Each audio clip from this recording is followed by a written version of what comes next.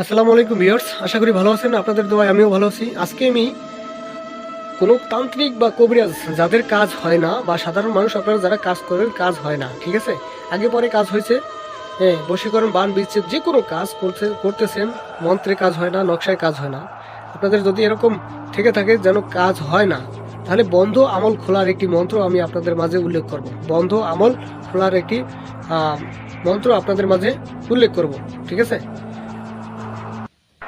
ভিডিওটা শুরু থেকে শেষ পর্যন্ত দেখবেন, এবং যদি কোনো প্রতারক থাকে ইউটিউবে অনলাইনে প্রতারিত হয়ে থাকেন আপনারা বিগত দিনে, তাহলে নিজের কাজ নিজে করবেন, কোনো তান্ত্রিক কবিরাজ প্রয়োজন নাই, আপনার নিজের কাজ নিজে করবেন।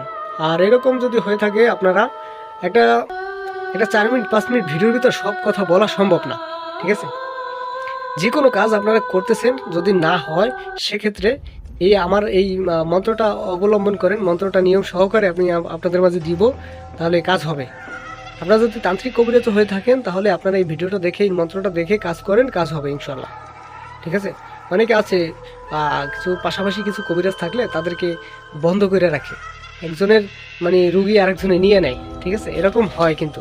তাই বলছি, আপনারা এরকম যদি হয়, বন্ধ কোনো কাজ যদি না হয়, সেক্ষেত্রে আপনারা এই কাজটা, এই মন্ত্রটা দেখতে পাচ্ছেন, এই মন্ত্রটা খাটাতে পারেন।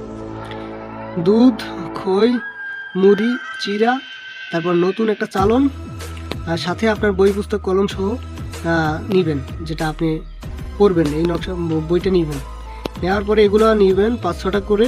তারপর 4 রাস্তার মাথায় বসবেন, মাঝখানে বসবেন, তারপর 100 বার মন্ত্র পড়ে জপ করে ফু দিবেন।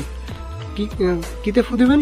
এই যেমন মুড়ি, খই, দুধ এগুলো নিছেন, এগুলোর উপরে ফু দিবেন, একবার পড়বেন, একটা ফু দেবেন, এরকম 100 বার পড়বেন, 100টা ফু দিবেন এই পণ্যর উপর, ঠিক আছে। তারপর আপনি কলম বই পুস্তক নিয়ে আসবেন, আপনার ওগুলো ওখানে রেখে আসবেন, ঠিক আছে। তারপর আপনি বাসায় চলে আসবেন, আপনার এটা একটা ভোগ দেওয়া হয়ে গেল, বন্ধ একটা আমল আপনাদের মাঝে খুলে যাবে, ঠিক আছে। ওই যে যেখানে লেখা আছে অমুকে বা আমার, যদি কোনো ব্যক্তিকে আপনি কাজ করে দেন, বন্ধ আমল খুলে দেন, তাহলে ওখানে উল্লেখ করতে হবে অমুকের মন্ত্র, তন্ত্র, যন্ত্র, খিল, ঠিক আছে, এটা হচ্ছে খিল মন্ত্র। আর যদি আপনি নিজে হন, তাহলে আমার বলবেন, আমার মন্ত্র, তন্ত্র, যন্ত্র, খিল, ঠিক আছে। এরকমভাবে কাজটা করবেন। যদি কোনো বুঝতে অসুবিধা হয়, তাহলে স্ক্রিনে দেওয়া নাম্বার আছে, যোগাযোগ করবেন, এবং যে কোনো সমস্যার জন্য যোগাযোগ করতে পারেন। সব কিছু শিখিয়ে দেওয়ার চেষ্টা করব, বুঝিয়ে দেওয়ার চেষ্টা করব। ভালো থাকবেন, সুস্থ থাকবেন, এবং আমার কথায় যদি কোনো ভুল ত্রুটি হয়ে থাকে, তাহলে ক্ষমা সুন্দর দৃষ্টিতে দেখবেন। আসসালামু আলাইকুম।